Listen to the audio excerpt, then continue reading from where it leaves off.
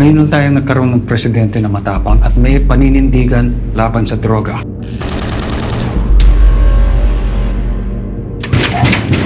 Hinahanap po namin si Ramon Agustin. May karatula namang iniwan malapit sa bangkay. Tulak ako, wag pamarisan.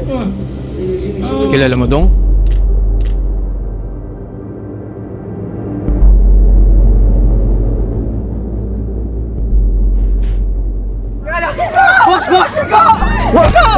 Salamat po, Father.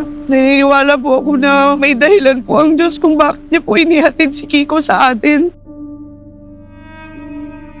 Babalik na po ako ng Maynila. Father, gusto ko mag-serve. Gusto ko lang to dalhin sa mga lugar na nangangailangan talaga. Wala na yung mga anak ko. Pinagay kasi sila. Wala tayong ebidensya, misis. Paulit-ulit naman tayo eh. Sabi nila may presyo ang bawat ulo, mga addict na itutumba. Si Kiko, nag-addict na naman eh. Gumagamit na naman. Totoo lang, Father. Buti nga nasawa tayo mga yan eh. Adik. Kailan niyo po bang huling nakausap si Kiko? Nasa seminary lang po siya. Kiko has been secretive and bagis lonesome the week before siya nawala. Father Tom?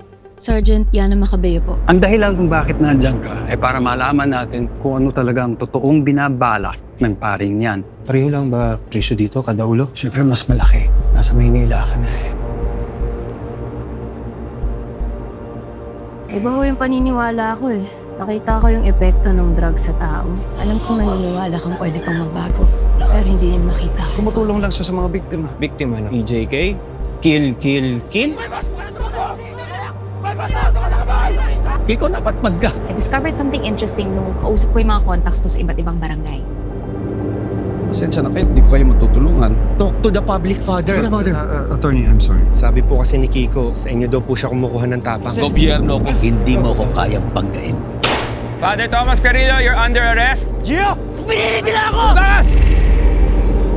Gusto ko lang naman manigurado. There are just so